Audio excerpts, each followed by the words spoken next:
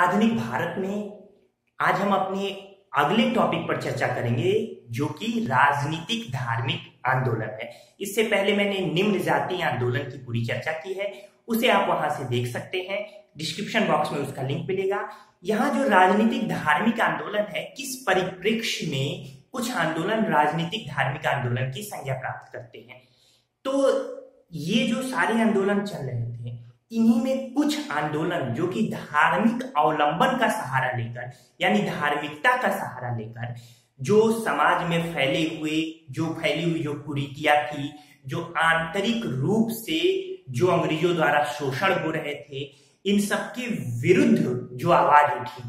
अब इसके अलावा अंग्रेजों को देश से बाहर या यूं कहीं अपने क्षेत्र से बाहर निकालने की जो एक गूंज दिखाई दी, जिसका सहारा धार्मिक रूप से लिया गया, यानी एक धर्म विशेष के लोग ही इसमें भाग लिए, उसे राजनीतिक धार्मिक आंदोलन की संज्ञा दी गई है, जो कहीं ना कहीं धर्म से प्रेरित होकर राजनीति की तरफ अग्रसर हो जाता है। तो इस तरीके से इन आंदोलनों में 6 प्रमुख आंदोलन को हम शामिल कर सकते हैं। सन्यासी आंदोलन, फकीर आंदोलन, पागलपंथी यानी विद्रोह कह सकते हैं, सन्यासी विद्रोह, फकीर विद्रोह, पागलपंथी विद्रोह, फरेजी विद्रोह, इसके अलावा बहावी विद्रोह और कूका विद्रोह या कूका आंदोलन। तो ये 6 प्रमुख आंदोलन या विद्रोह हैं जो इसके अंतर्गत यानी राजनीतिक धार्मिक आंदोलन के अंतर्गत शामिल किए जा सकते हैं। तो आइए हम क्रमागत ढंग से बढ़ते हैं। सबसे पहले हम देखते हैं सन्यासी विद्रोह। सन्यासी विद्रोह बंगाल में हुआ था। ये विद्रोह बहुत व्यापक स्तर पे यह विद्रोह हुआ। इस विद्रोह की गूंज केवल भारत में ही नहीं, यानी यूं कहिए कि केवल बंगाल में ही नहीं बल्कि बंगाल के बाहर भी दिखाई देती है। बड़े पैमाने पर यह विद्रोह था। अंग्रेजों ने इस विद्रोह का बड़ा निर्ममता पूर्वक दमन भी किया था। दरअसल इस विद्रोह की पृष्ठभूमि क्या रही, इस पर चर्चा करना महती आवश्यक है, क्योंकि जब अंग्रेज बंगाल में आए, धीरे धीरे अंग्रेजों की सत्ता स्थापित हुई। अंग्रेजों ने बंगाल का बहुत ज्यादा शोषण किया। यहाँ पे उन्होंने भू व्यवस्थाएं लागू की, जिसके कारण जमींदारों की स्थिति भी खराब हो गई। काश्तकारों और किसानों की स्थिति तो वैसे ही खराब थी, और भी ज्यादा खराब हो गई।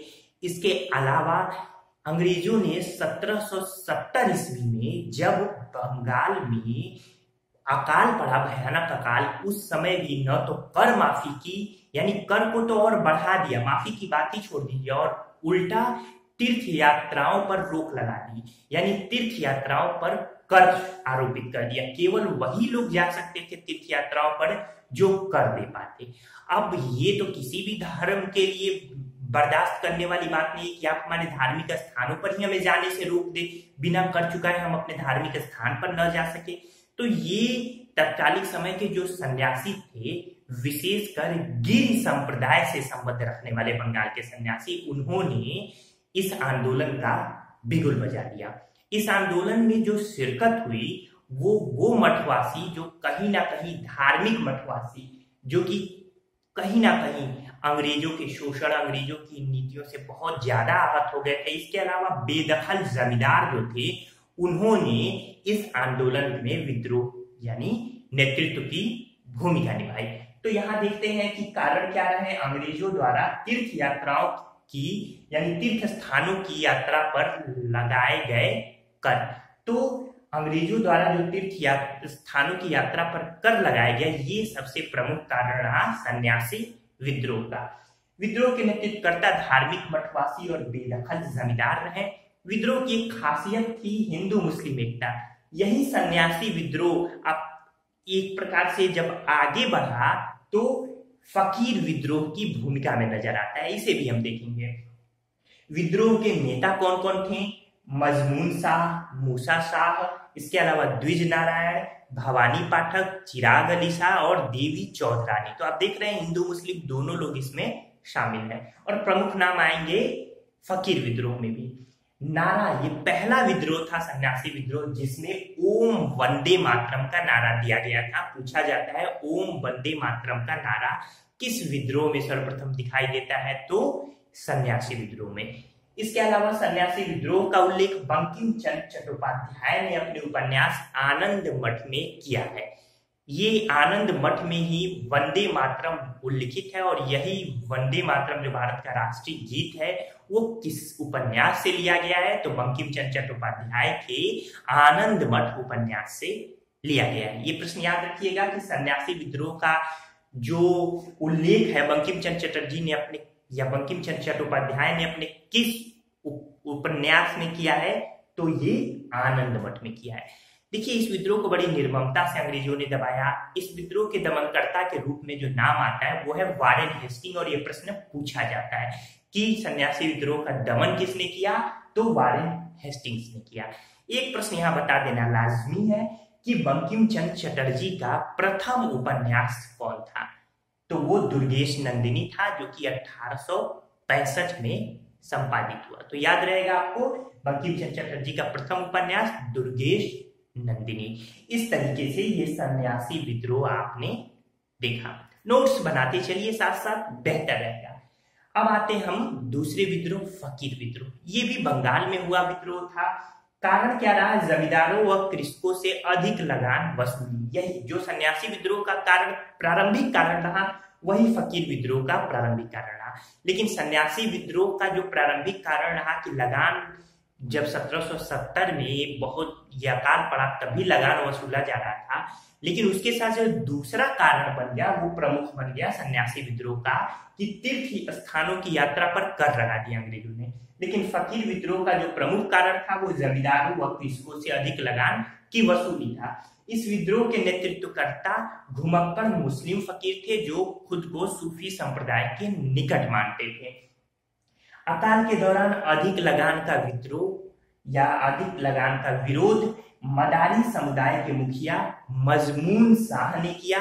इनकी गतिविधियों का प्रमुख केंद्र दिनाजपुर, मालदा और रंगपुर, सब बंगाल में है, ये रंगपुर था।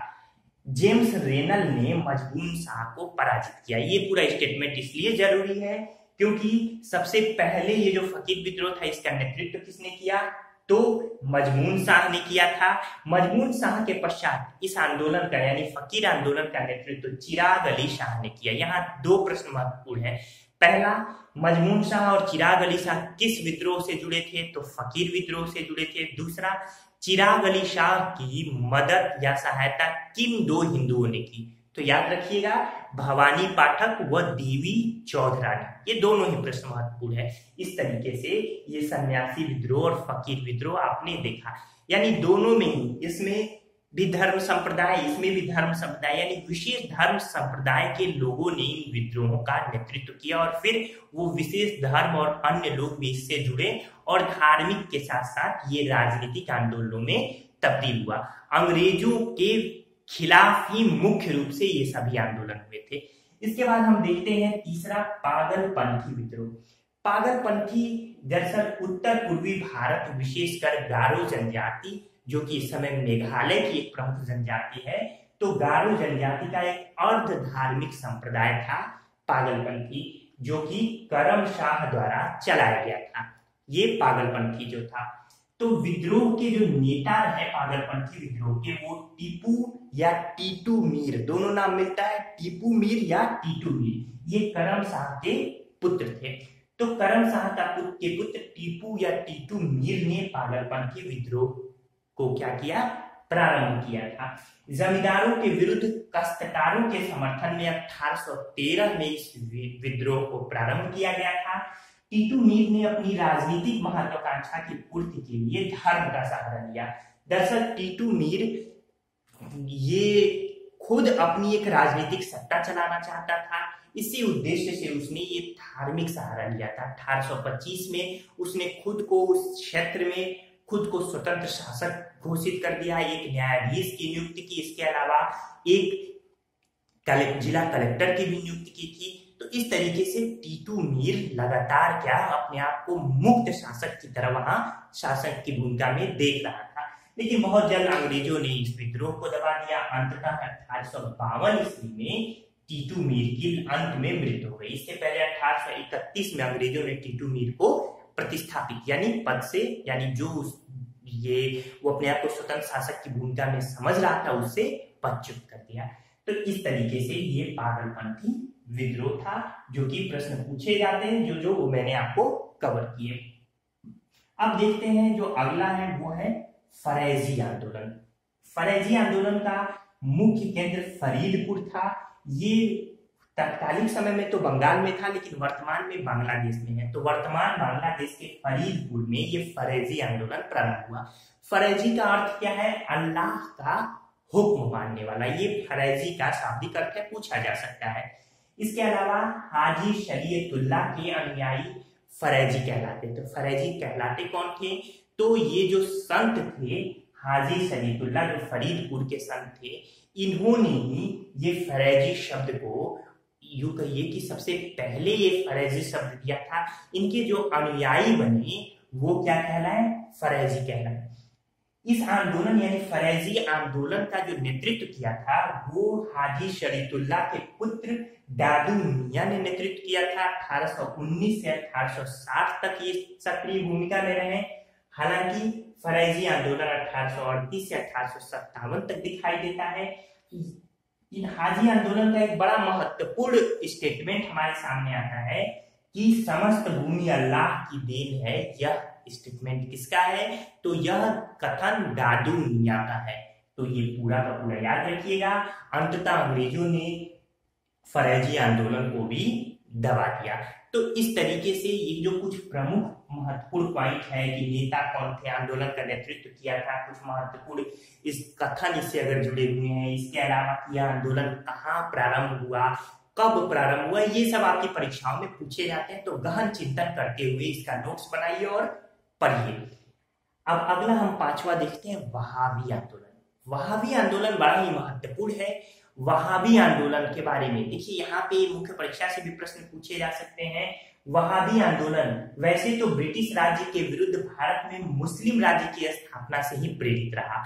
तो इससे हुआ ये कि जो वहाबी आंदोलन प्रारंभ में धार्मिकता का सहारा लेकर ब्रिटिश आंदोलन के विरुद्ध जो विगुल एक प्रकार से कहिए बजाया गया था, अब इस आंदोलन का जो मुख्य उद्देश्य हो गया ये जिहाद यानी मुस्लिम राज्य की स्थापना करना हुआ। जिससे हुआ ये कि यह आंदोलन जो धार्मिक और राजनीतिक आंदोलन के रूप में प्रारंभ हुआ था पूर्णतः सांप्रदायिक आंदोलन में बदल गया। प्रश्न पूछा जाता है वहाबी आंदोलन किस प्रकार का आंदोलन था? तो पूर्णतः सांप्रदायिक आंदोलन था। इससे ये हुआ कि यह आंदोलन राष्ट्रीयता की भावना के बजाय अलगाव की भावना से प्रेरित हो गया। और वहाबी आंदोलन ने भारतीय इतिहास में जितनी राष्ट्रीयता नहीं भरी उससे ज्यादा अलगाव की भावना भर दी, क्योंकि अंग्रेजों को प्रतिस्थापित करके मुस्लिम साम्राज्य की स्थापना करना इस आंदोलन का उद्देश्य हो गया। इसके पहले के जो आंदोलन थे जैसे फरेजी आंदोलन ही रहा, पागलपंथी आंदोलन, तो फरेजी आंदोलन था। तो इसमें जो कुरीतियां थी मुस्लिम समाज की उसे दूर करने का प्रयास किया गया था। लेकिन इस आंदोलन में, वहाबी आंदोलन में जो इस्लाम में परिवर्तन हो रहे थे, सर सैयद अहमद खान और तमाम लोगों के नेतृत्व में अलीगढ़ आंदोलन चला, उसके विरुद्ध यह आंदोलन प्रारंभ हुआ था कि नहीं, इस्लाम और तमाम ये नए जो परिवर्तन हो रहे हैं, जो हम अंग्रेजों से अडॉप्ट कर रहे हैं, ले रहे हैं, वो नहीं होना चाहिए। जो इस्लाम की पुरानी परंपरा है हम उसी पर चलेंगे, उसी को मानेंगे।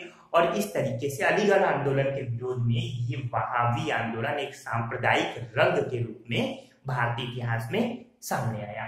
हालांकि इससे इसकी महत्ता कमतर नहीं होती। तो मूलतः अरब देश में मोहम्मद इब्न अबल वाहिब द्वारा यह आंदोलन प्रारंभ किया गया था। यह एक धार्मिक आंदोलन था। इसका उद्देश्य दारुल हरब यानी काफिरों के देश को दारुल इस्लाम यानी मुसलमानों का देश में परिवर्तित करके अपने धर्म का प्रचार प्रसार करना था। तो इस आंदोलन का जब अरब में प्रारंभ हुआ था 1703 से 87 तक, तो उस समय ही इसका प्रारंभिक उद्देश्य रहा कि यानी कुल मिलाके कि इस्लामिक देश में बदलना। तो भारत में भी उसी तरीके के उद्देश्यों को लेकर यह आंदोलन चला था। भारत में सशस्त्र आंदोलन के रूप में सामने आया। 1857 तक अंग्रेजों ने इस ओर बहुत ध्यान नहीं दिया, लेकिन 1857 में पहली बार इस सशस्त्र आंदोलन को इतिहास के पन्नों में स्थान मिलता है अंग्रेजों द्वारा, क्योंकि 1857 की इधर क्रांति हुई, इधर ये सशस्त्र आंदोलन कर रहे थे। क्रांति के साथ यह आंदोलन साथ साथ दिखाई देता है। अब यह आंदोलन अपने विस्तार रूप में आने लगा। ये आंदोलन जो प्रारंभ हुआ शुरू में दिल्ली के एक संत शाह वली उल्लाह ने इसे प्रारंभ किया था। फिर यह आंदोलन पंजाब के क्षेत्रों में दिखाई देता है, फिर धीरे धीरे हैदराबाद, बंबई, मद्रास होते हुए इस आंदोलन का प्रचार प्रसार पूरा पश्चिमोत्तर भारत में हो जाता है। पश्चिमोत्तर भारत में होने के कारण ये अब अंग्रेजों को 1857 के आसपास ये भय सताने लगता है कहीं वहाबी जो है वो अफगानिस्तान और रूस के साथ मिलकर अंग्रेजों के लिए एक भयानक स्थिति न खड़ी कर दे। यही कारण है कि वहाबी आंदोलन को 1857 के बाद अंग्रेजों ने बड़ी निर्ममता से दबाने का प्रयास किया और इसमें ये सफल भी रहे। इस तरीके से भारत में यह सशस्त्र आंदोलन की भूमिका का रंग ले चुका था। शाह वली उल्लाह दिल्ली के जो एक संत थे उन्होंने इस आंदोलन को प्रारंभ किया। सैयद अहमद बरेलवी और शाह अब्दुल अजीज ये दोनों लोग इस आंदोलन से जुड़े थे।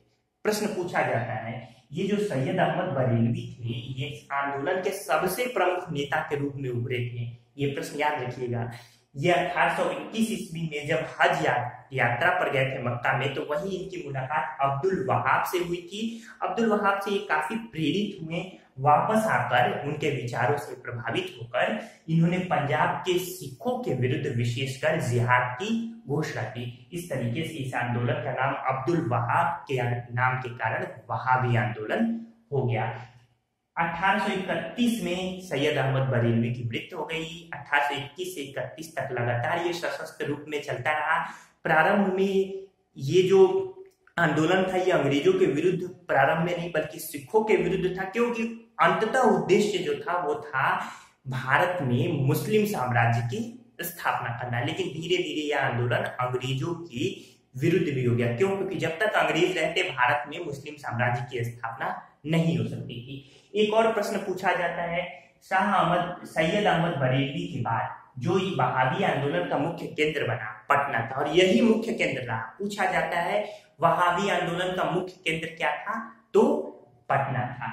पटना में अली बंधु विलायत अली और इनायत अली ने आंदोलन का नेतृत्व किया। दोनों नाम याद रहेगा। पटना में किसने नेतृत्व किया? अली बंधु विलायत अली और इनायत अली ने नेतृत्व किया। ये तो मैंने बता ही दिया। ये प्रश्न याद रखिएगा कि ये वहाबी आंदोलन ब्रिटिश राज्य के विरुद्ध भारत में मुस्लिम राज्य की स्थापना के उद्देश्य से प्रेरित था। अतः इसका स्वरूप पूर्णतः सांप्रदायिक हो गया। यही कारण है कि राष्ट्रीय आंदोलन की बजाय वहाबी आंदोलन ने अलगाव की प्रवृत्ति को ज्यादा बल दिया। तो इस तरीके से ये पूरा वहाबी आंदोलन की भूमिका रही। अंततः वहाबी आंदोलन को ये जो वहाबी आंदोलन 1820 से 70 तक चला, अंततः अंग्रेजों ने 1870 में इसका बड़ी निर्ममता पूर्वक अंतिम रूप से दमन कर दिया। अब एक और आंदोलन हम यहाँ देख लेते हैं जो कि मुख्य रूप से पश्चिमी पंजाब में यह आंदोलन हुआ था, कूका आंदोलन। भगत जवाहर मल, जिनको सेन साहब भी कहा जाता था, उन्होंने 1840 में कूका आंदोलन को प्रारंभ किया। भगत जवाहर मल के बाद उनके शिष्य बालक सिंह ने इस आंदोलन का नेतृत्व किया। इसके बाद बालक सिंह के बाद राम सिंह ने इस आंदोलन का नेतृत्व किया जो कि बालक सिंह के शिष्य थे। राम सिंह के नेतृत्व में, ध्यान रखिएगा, पहला कूका विद्रोह आंदोलन तो अपना रूप ले चुका था, लेकिन जो विद्रोह था, यूं कहिए कि अंग्रेजों के खिलाफ अब ये सशस्त्र विद्रोह हल्का फुल्का दिखाई देता है। तो पहला विद्रोह जो हुआ जिसमें पूरी ये कूका जो जातियां थी सबने भाग लिया कूका जनजाति लिए, तो वो दिखाई देता है राम सिंह के समय। 1869 में फिरोजपुर में पहला कूका विद्रोह हुआ था। ये प्रश्न महत्वपूर्ण है कि पहला कूका विद्रोह किसके समय हुआ? तो राम सिंह के समय हुआ। 1869 में फिरोजपुर में हुआ था, ये पश्चिमी पंजाब में ही। तो इस तरीके से कूका विद्रोह अपने प्रबल रूप में यहाँ दिखाई देता है। इसके बाद अंग्रेजों ने बड़ी निर्ममता से इसका दमन किया। लगभग 50 कूकाओं को पकड़कर तो तोप के मुंह पे बांध कर सीधे उड़ा दिया गया। तो इस तरीके से जो कूका विद्रोह था 1840 से 72 तक ये दिखाई देता है।